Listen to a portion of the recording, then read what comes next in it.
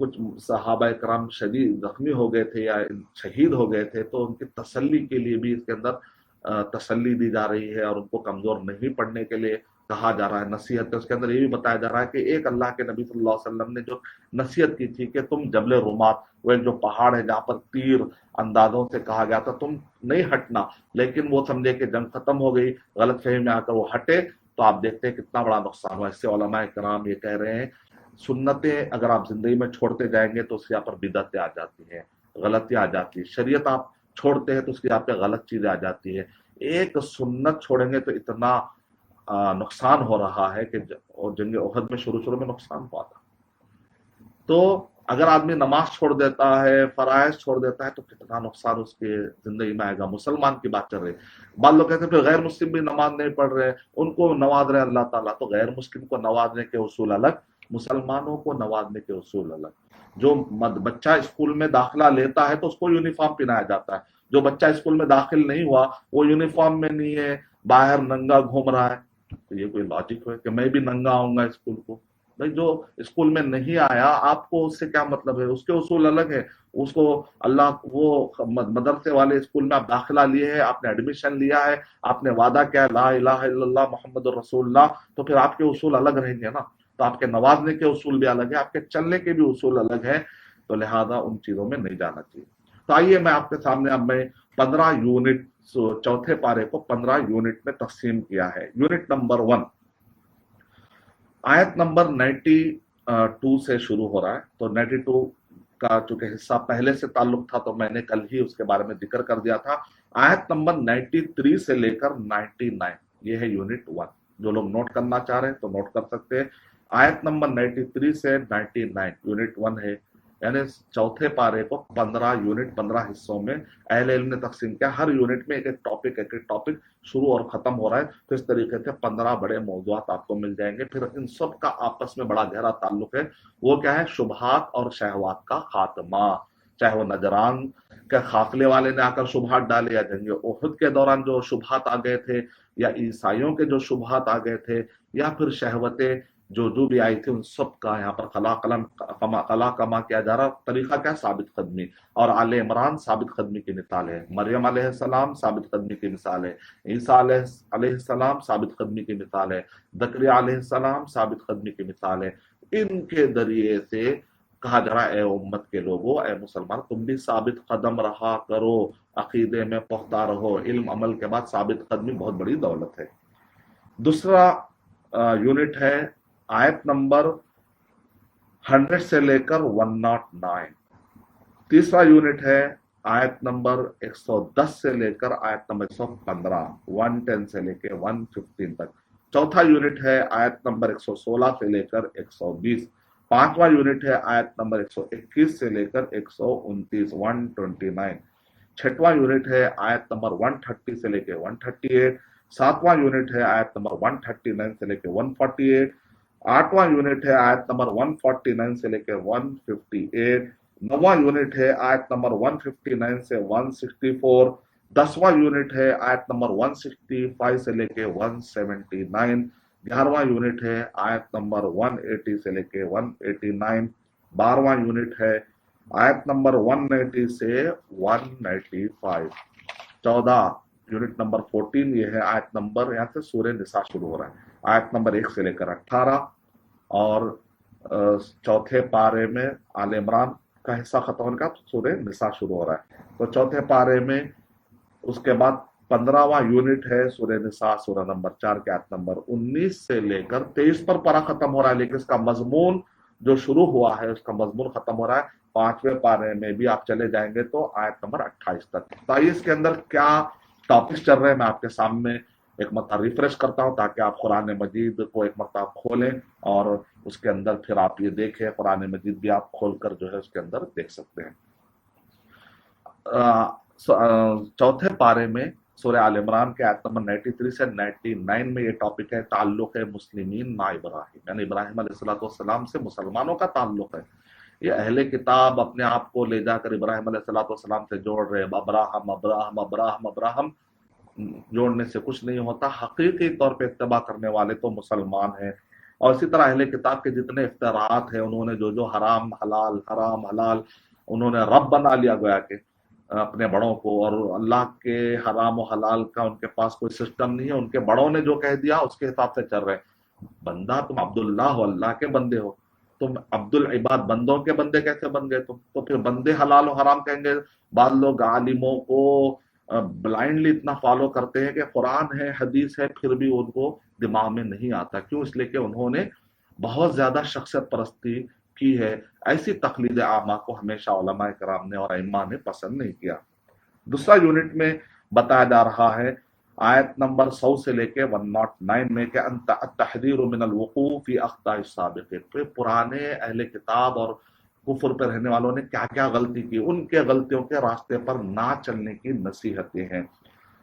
اور مقطع number unit number 3 میں آیت نمبر 110 سے 115 میں خیریت هذه الامہ، اس امت کا خیر بتایا جا رہا ہے، خیر امت کیوں ہے، بیسٹ کیوں ہے، اور دوسرے امتوں کے مقابلے میں امت مسلمہ کیوں بیسٹ ہے، اس کا ریزن بتایا جا رہا ہے۔ تأمرون بالمعروف وتنہون عن المنکر وتؤمنون باللہ۔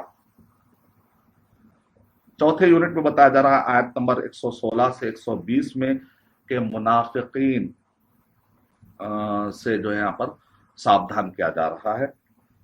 یونٹ نمبر 6 میں آیت نمبر 130 سے لے 138 130 سے لے کے 138 میں اطاعت کی اہمیت کیا ہے اور نصیحت کی جا رہی ہے کہ نیک کاموں میں کیا کیا فضیلتیں ہیں۔ تو نیک کاموں کی کچھ لسٹ دی جا رہی ہے اور کہا جا رہا ہے کہ تم کبائر سے بچو، بدعقیدگی سے بچو، اور اس کی اہمیت کیا ہے، اس کی فضیلت کیا ہے، اس کے لیے ہدایات دی جا رہی کہ اس میں بتایا جا رہا ہے کہ خدا ہے اس کے اندر، بیان ہے اس کے اندر، تمہارے لیے اللہ تعالیٰ کی طرف سے وضاحتیں ہیں، اس کو فالو کرو، رہنمائی۔ پھر اس کے بعد آیت نمبر 139 سورہ آل عمران کی آیت نمبر 139 سے 148 میں، چوتھے پارے میں سورہ آل عمران کا کنٹینیوشن جاری ہے۔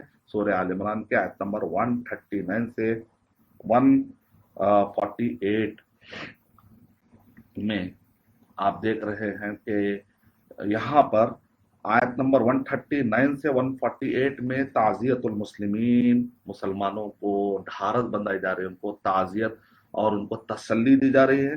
والنہی عن الہوان، کمزور مت پڑو، ولا تہنوا ولا تحزنوا وانتم الاعلون ان کنتم مؤمنین، مومن اگر ہو تو سرخرو رہیں گے۔ اگر ذلت طاری ہے کا مطلب ہم مسلم کیٹیگری میں ہیں، مسلمان اوورال لیول پر، مومن لیول پر نہیں ہے، تو ہم کو کیا کرنا ہے؟ اصلاح کا کام کرنا ہے، محنت کرنا ہے، جد و جہد کرنا ہے۔ جگہ جگہ ہم کو جمعیات خیریہ اور اسی طرح اصلاحی آرگنائزیشن کے ذریعے سے مسلمانوں کے ایمان کو بڑھانا ہے، ان کے اعمال صالحہ اور ان کے ایمان اور ان کے علم کو بڑھانے کے لیے محنت کرنا ہے۔ علماء کرام، مدارس کا قیام، یہ سب محنتیں کریں گے تو تب امت میں ایمان بڑھے گا، جس کے بعد انشاءاللہ مومن کیٹیگری ہو جائیں گے تو اللہ سبحانہ تعالیٰ کی طرف سے مدد آنا شروع ہو جاتی ہے انشاءاللہ۔ یونٹ نمبر 8 سورہ آل عمران 32 کے آیت نمبر 149 سے 158 میں اس میں یہ بتایا جا رہا ہے کہ مسلمان اپنے حاکم اور اپنے مومنوں کے ساتھ جب ہو تو دشمنوں کی اطاعت نہ کرے، آپس میں اختلاف نہ کرے، اور ایک دوسرے کو مدد کے وقت پر چھوڑ نہ دے، بے یار و مددگار نہ چھوڑ دے۔ یونٹ نمبر 9 میں بتایا جا رہا ہے سورہ آل عمران کے آیت نمبر 159 سے 164 میں شورا کی اہمیت۔ ہر کام کرے تو مشورہ کرے، آپ کو جیسے ہی پوچھے کیا یہ بزنس کر لیں گے، کیا ہم یہاں پر انویسٹ کر دیں گے، کیا ہم یہ دعوت کا کام شروع کریں، تو آپ کہیں چلیے ایک مرتبہ مشورہ کر لیتے، اس کا استخارہ بھی کر لیتے ہیں۔ آپ جذبے میں آتے ہیں، جا کر کہتے ہیں میری طرف سے یہ بولی، تو ایسے جذبات، سیلف انڈیویجل ڈیسیشن سے بچنا چاہیے، تھوڑا ٹائم لینا چاہیے۔ بعض اوقات جلد بازی شیطان کی طرف سے ہوتی ہے۔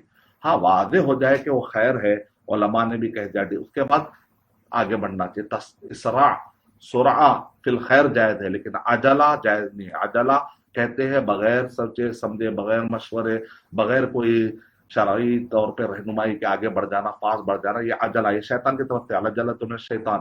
لیکن وسارعوا الی مغفرۃ، واضح ہے کہ دینی کام میں پھر سست پڑا ہوا ہے تو وہ صحیح نہیں، وہ سرعت جائز ہے، دونوں میں فرق کرنا چاہیے۔ تو یہاں پر رسول رحمت کی یونٹ نمبر 10 میں آیت نمبر 165 سے لے کے 179 میں جنگوں میں کیوں ہار گئے اس کے ریزن کیا ہوتے ہیں, کیوں نقصان اٹھاتے ہیں, اور اسی طرح اس کے بھی فائدے کیا ہوتے ہیں کہ اس میں منافقین اور پکے جو مومن ہوتے ہیں دونوں کو چھاٹ دیا جاتا ہے. منافقین کھل کر سامنے آ جاتے ہیں, ارے ہم تو تمہارے ساتھ تھے ہی نہیں, ہم تو کفار کے ساتھ تھے, ہم تو دشمنوں کے ساتھ تھے.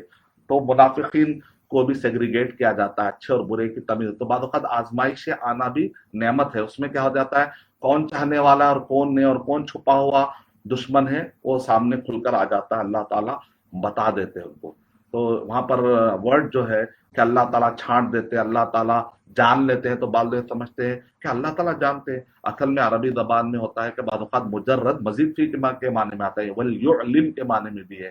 یعنی اللہ سبحانہ و تعالیٰ بتا دیتے ہیں لوگوں کو, سب کی پول کھول دیتے ہیں, ایکسپوز کر دیتے ہیں کہ دیکھو یہ آدمی چھپا ہوا ہے, یہ مصیبت میں تمہارے ساتھ نہیں دیا تھا نا, یہ آدمی ایسا ہے.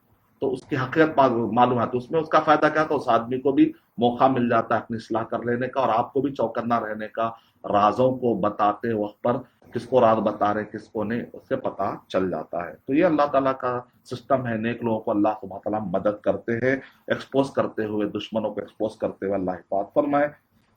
یونٹ نمبر 11, یونٹ نمبر 11 میں آیت نمبر 180 سے 189 میں, تو اس کے اندر منافقین اور بخیلوں سے بچایا جا رہا ہے امت کو, کہ بعض اوقات مال جو ہے اللہ کی مدد کا ذریعہ ہے, تو بعض اوقات مال ہی انسانوں کو پیچھے کر دیتا ہے, کفر میں لے کر چلا جاتا ہے, بھٹک جاتے ہیں بعض لوگ. تو مال انسان کو ایمان میں آگے بھی لے جا سکتا ہے, مال ہی انسان کو بھٹکا بھی سکتا ہے. تو ہمیشہ نظر رکھنا چاہیے کہ یہ مال میرے لیے کہیں فتنہ تو نہیں بن گیا, یہ مال میرے لیے قوت بن رہا ہے یا فتنہ اور آزمائش بن رہا ہے.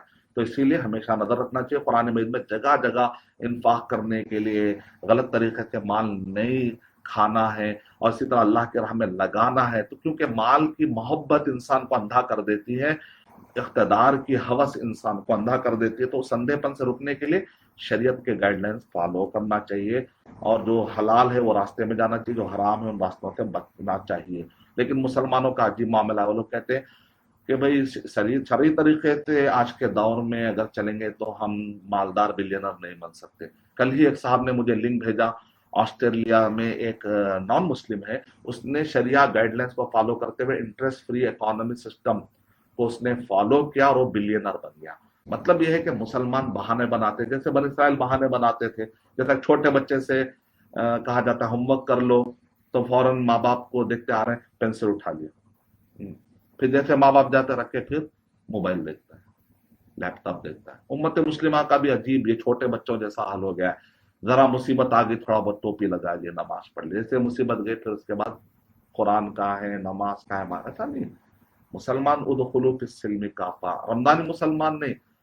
یہ نغمہ فصل گلو لال کا نہیں پابند, یہ نغمہ فصل گلو لال کا نہیں پابند.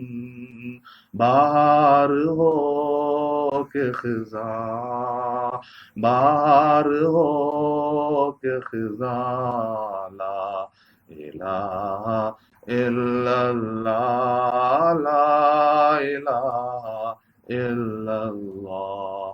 یعنی علامہ اقبال رحمۃ اللہ علیہ کہہ رہے کہ یہ لا الہ الا اللہ ایک مخصوص موسم کے لیے یا مسجد کے لیے نہیں ہے, یہ ہر جگہ کے لیے, ہر ٹائم کے لیے ہے, سال کے 12 مہینے کے لیے. یہ خزاں میں ایک آدمی اچھا موسم ہے, گرما میں نہیں, مجھ سے نماز پڑھنے نہیں ہوتا, سردی میں نہیں ہوتا, ایسا نہیں ہے. نغمہ فصل گلو لال کا نہیں پابند, اس کو کوئی پابندی نہیں ہے. لا الہ الا اللہ اس کے مطابق چلتے رہنا ہے زندگی بھر, جب تک کہ موت طاری نہ ہو جائے آدمی کو. وَاعْبُدْ رَبَّكَ حَتَّىٰ يَأْتِيَكَ الْيَقِينُ, جب تک کہ موت نہ آ جائے آدمی کو عبادت میں لگے رہنا چاہیے.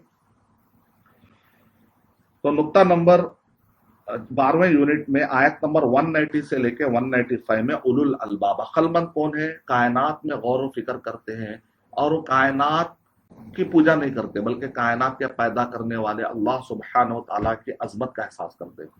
نیوٹن نے گریویٹیشنل فورس ایک فینومینا اس نے دریافت کیا کہ سیب گر رہا ہے, اس کا مطلب گریوٹی ہے. تو ریسرچ اتنا ہی ہے صرف, لیکن ایک مسلمان کا ریسرچ اس سے بھی آگے ہوتا ہے, ایڈوانس ہوتا ہے اس کا ریسرچ, اس کی ڈسکوری ایڈوانس ہوتی ہے. یہ سیب کون گرا رہا ہے, یہ گریوٹی کو پیدا کس نے کیا, وہ ہے اللہ. تو پرانا امرؤ القیس بھی آپ دیکھتے ہیں اس زمانے میں الحمد لغیر اللہ کا کلچر ہے, غیر اللہ کی تعریف, غیر اللہ کی تعریف, غیر اللہ کی تعریف چل رہی, گھوڑوں کی تعریف, پہاڑوں کی تعریف. لیکن گھوڑوں کو کس نے پیدا کیا, ان پہاڑوں کو کس نے پیدا کیا. مومن کی ڈسکوری اور بھی ایڈوانس ہوتی ہے, یعنی کہ to know the unknown thing through the known thing. جیسے گریوٹی نظر نہیں آ رہی, لیکن سیب سے آپ نے پتا لگا لیا کہ گریوٹی ہے, تو پھر آپ نے گریوٹی اور یہ سارے سیب سے آپ نے یہ اندازہ کیوں نہیں لگایا کہ پیدا کرنے والا بھی, تو انکمپلیٹ ڈسکوری کب تک چلے گی. تو یہ اس پر ابھارا جا رہا ہے کہ آیات کونیہ پر غور کریں اور آیات شرعیہ نے قرآن مجید کے آیات نشانیوں پر اور کائنات کے نشانیوں پر بھی غور کریں, اور اپنے آپ میں بھی, انفس میں بھی نشانیاں, آفاق میں بھی نشانیاں, یونیورس اور اپنے ذات. یہ آیت نمبر 196 سے 200 میں آپ دیکھیں گے 13ویں یونٹ میں آخری میں خاتمہ ہے سورہ کا خاتمہ, جس کے اندر نتیجہ بتایا جا رہا ہے کہ جو صبر کریں گے, اللہ کے لیے استقامت سے رہیں گے تو وہ لوگ کامیاب ہوں گے. جو لوگ استقامت سے نہیں رہیں گے, اسلامی تعلیمات کو دن بدن چھوڑتے رہے, بعض لوگ جیسے جیسے جوانی بڑھتے جا رہے تو اسلام چھوڑتے جا رہے. پہلے ان کی جوانی اچھی تھی, روزے اچھے تھے, نماز اچھی تھی, لیکن جیسے جیسے کمانے آ رہے کہہ رہے ٹائم نہیں مل رہا ہے. بھائی آپ کو تو دن بدن آپ کے ایمان کو بڑھانا ہے, آپ تو ایمان کو گھٹا رہے ہیں, ایسا نہیں چلے گا. تو آخر میں بتایا جا رہا ہے کہ لگاتار کرنے والے ہی کامیاب ہے. پھر اس کے بعد چوتھے پارے میں سورہ نساء کی شروعات ہوتی ہے. آیت نمبر سورہ نساء کی آیت نمبر 1 سے لے کر 18 تک انسان کی شروعات, بشر کی شروعات, یعنی آدم علیہ السلام اور حوا علیہ السلام, پھر ان سے ذریت ہوئی, اور ان سب کا پیدا کرنے والا ایک ہے. اور اسی طریقے سے کسی کے مال اور نسل میں سرکشی مت کرو, یعنی کہ کسی کا مال ہڑپ رہے, یتیم ہے, کمزور ہے, فلاں بیوقوف ہے, فلاں جاہل ہے, تو اس کے مال کو ہڑپ لے رہے, تو ایسی عادت صحیح نہیں ہے. اسی طرح نسل, کسی مرد کی زندگی کبھی عورت خراب کر دیتی ہے, کبھی عورت کی زندگی مرد خراب کر دیتے, نہیں, ایسا نہیں کرنا چاہیے.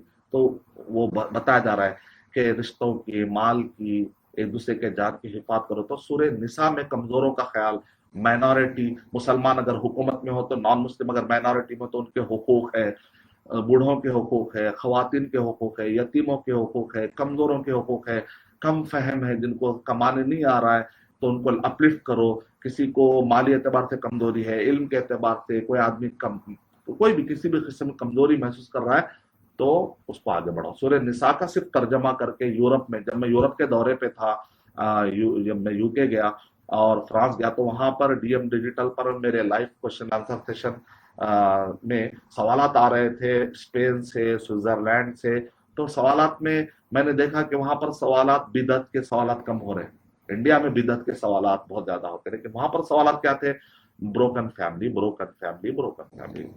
فیملی ٹوٹی ہوئی ہے, کوئی اولڈ ایج ہوم میں ماں باپ تڑپ رہے ہیں, بوڑھے تڑپ رہے ہیں, کمزور تڑپ رہے ہیں.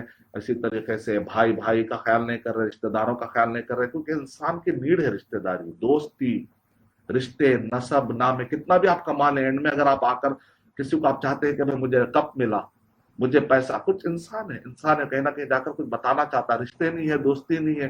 ایک وقت آتا ہے ایسے لوگ مایوسی کا شکار ہو جاتے ہیں, جن کے دوست صحیح نہیں ہوتے, جن کے اطراف میں رشتہ دار صحیح نہیں ہوتے. اکثر آپ نے دیکھا, سائیکالوجسٹ کہتے ہیں کہ جو اپنے خاندان سے ٹوٹا ہوا ہوتا ہے ان کی خوشیاں کم ہوتی ہیں, جو خاندان سے جڑا ہوا ہوتا ہے ان کی خوشیاں زیادہ ہوتی ہیں. تو اسی کے اندر آپ دیکھتے ہیں آیت نمبر 1 سے لے کے 18 تک تعدد نکاح کا ذکر ہے, یعنی ایک مرد ایک وقت پہ 4 شادیاں کر سکتا ہے. تو اس کے رولز بتائے جا رہے ہیں. اگر وہ انصاف نہیں کر سکتا, اس کو ڈر ہے, تو پھر وہ ایک ہی پر اکتفا کرے. یتیم کا مال, اس میں ساودھانی برتنا ہے. اور رشد اگر ہے, مال, بچے یا یتیم بھی جب جوانی طرف آتے ہیں, تو اگر ان کے اندر رشد ہے کہ صحیح, یا وہ اڑا دیں گے پیسہ, ویسٹ کر دیں گے, تو پھر مال ان کے حوالے نہ کرے. تو مال کب حوالے کرنا؟ رشد پیدا کرنا. رشد کا مطلب ہوتا ہے صحیح غلط میں تمیز. تو اچھی تربیت کرے اپنے نوجوانوں کی, بچوں کی, تاکہ وہ صحیح غلط کی تمیز کر سکے. اسی طرح مرد و زن کے حقوق, یعنی میراث میں یہ بتایا گیا کہ وراثت کی تقسیم ہے، عورت کے بھی حقوق ہے. پہلے عورتوں کو حقوق نہیں دیے جاتے تھے. قرآن مجید نے عورتوں کے حقوق کا اعلان کیا. اکل مال یتیم ظلم سے کھانے سے روکا گیا. اور آیت نمبر 11 اور 12 میں تو ڈیٹیل میں، آیت نمبر 11 اور 12 میں تو ڈیٹیل میں ترکے کے مسائل ہیں. اور اسی طریقے سے آپ دیکھتے ہیں سحاق سے اور اس طرح لواطت سے مرد اور یا عورت برائیاں کرتے ہیں تو ان سے بھی روکا گیا ہے. اور اسی طریقے سے یہاں پر کہا گیا کہ اگر کسی نے جہالت میں آ کر گناہ کیا تو اس کا مطلب بتایا اہل علم نے کہ جب بھی تم گناہ کرتے ہو گویا کہ تم اللہ کی عظمت کو تم نہیں مان رہے ہو. یہ مطلب میں ایسا نہیں کہ ایک آدمی جہالت میں کام کر رہا تو گناہ کہہ رہا. بھائی یہ تو کانٹرڈکشن ہے. بعض لوگ کہتے ہیں کہ ایک آدمی جہالت میں آ کر گناہ کیا تو معلوم نہیں ہے تو اس کا گناہ کیسا ہوا. تو یہاں پر وہ ٹاپک نہیں چل رہا ہے. جہالت سے مراد یہاں پر ہے حال، اس حالت میں کہ وہ اللہ سبحانہ و تعالیٰ کی عظمت سے جہالت برت رہا ہے. وہ معنی میں یہاں پر جہالت عمل مراد نہیں بلکہ جہالت عظمت خداوندی مراد ہے. تو اس کو سمجھنا چاہیے. اور من قریب میں وہ توبہ کرے. قریب میں توبہ کے 3 مطلب. ایک حدیث میں آیا، شیخ البانی رحمۃ اللہ علیہ نے اس کو آتھینٹک کا سلسلہ صحیحہ میں، کہ جب بندہ گناہ کرتا ہے تو 6 گھنٹے تک اللہ سبحانہ و تعالیٰ فرشتوں سے کہتے ہیں کہ گناہ مت لکھو. توبہ کر لیتا ہے تو نام اعمال میں گناہ لکھا ہی نہیں جاتا. دیکھا اللہ تعالیٰ کتنا رحیم ہے، بندے کو کتنا موقع دیتے ہیں. لیکن یہاں پر پلاننگ کے لیے نہیں بتایا جا رہا ہے تم گناہ کرو توبہ کر لو، گناہ کر لو توبہ کر لو. نہیں، جیسے کہتے ہیں گھر میں اگر آپ کے پاس برنال ہے، اگر ماں کہہ رہی ہے اگر انگلی جل جائے بیٹا تو یہ برنال لگا لینا، تو اس کا مطلب یہ نہیں ہے کہ بچہ جا کے بار بار آگ میں انگلی ڈالے برنال لگائے، انگلی ڈالے برنال لگائے. یہ تو بیوقوفی ہوئی.